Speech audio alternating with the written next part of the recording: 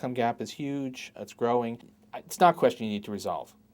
The point is that we can even argue about it. 35 years. We're talking about over the period when personal computers and the internet, and even for that matter, fax machines and freight containerization and barcode scanners, all these things have come along to make us more productive, and yet we're not sure if workers have gained. The reason, of course, is huge gains at the top. A few people achieving huge wage gains, or non-wage gains, but a small minority explosion of income, and that's a problem. And in the United States economy, the last 4 years, we've had finally we started to get reasonable job growth, and by top line measures, by GDP, it's a growing economy, but it hasn't done much for the typical worker, and it's really been the left behind economy.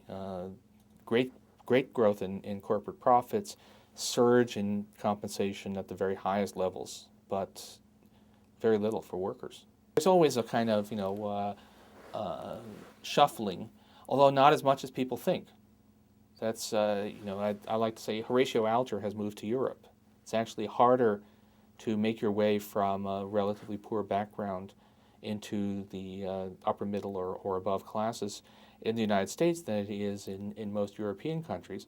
And the reason is inadequate public education, lack of funding for college tuition, just the fact that our income gaps are so large that it's a much steeper climb for people to make. At any given time, a lot of people are both rising and sinking, and it's put it this way: if you're a middle class household, your chance of having a series of unfortunate events plunge you into the poor or the near poor is a lot higher than your chance of being lucky enough to make it into the small favored elite.